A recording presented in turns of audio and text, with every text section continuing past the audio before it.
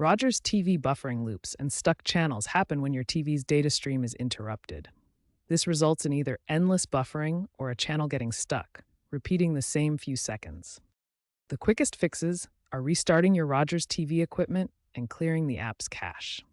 First, unplug your Ignite TV gateway or set-top box from the power outlet for 30 to 60 seconds. This resets the hardware.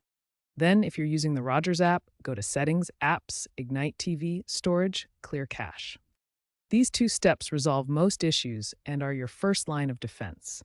If problems persist, there may be underlying issues with your internet connection or Rogers' service in your area, and contacting Rogers support directly is recommended. If basic fixes don't resolve your Rogers TV buffering issues, there are additional steps to try. First, check your internet connection's signal strength using the Rogers app's diagnostics tool.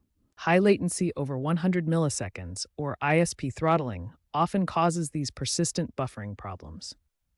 Rogers is currently investing in network upgrades to reduce these issues, including merging traditional cable with advanced 5G technology. Trends show AI-driven diagnostics becoming more common, automatically fixing buffering loops before they escalate. Keep your Rogers app updated to access these new features and improvements. By 2027, Rogers aims for zero buffer zones using edge computing, which processes data closer to users and significantly reduces buffering issues. For any unresolved buffering issues, contact Rogers support at 1-888-764-3771.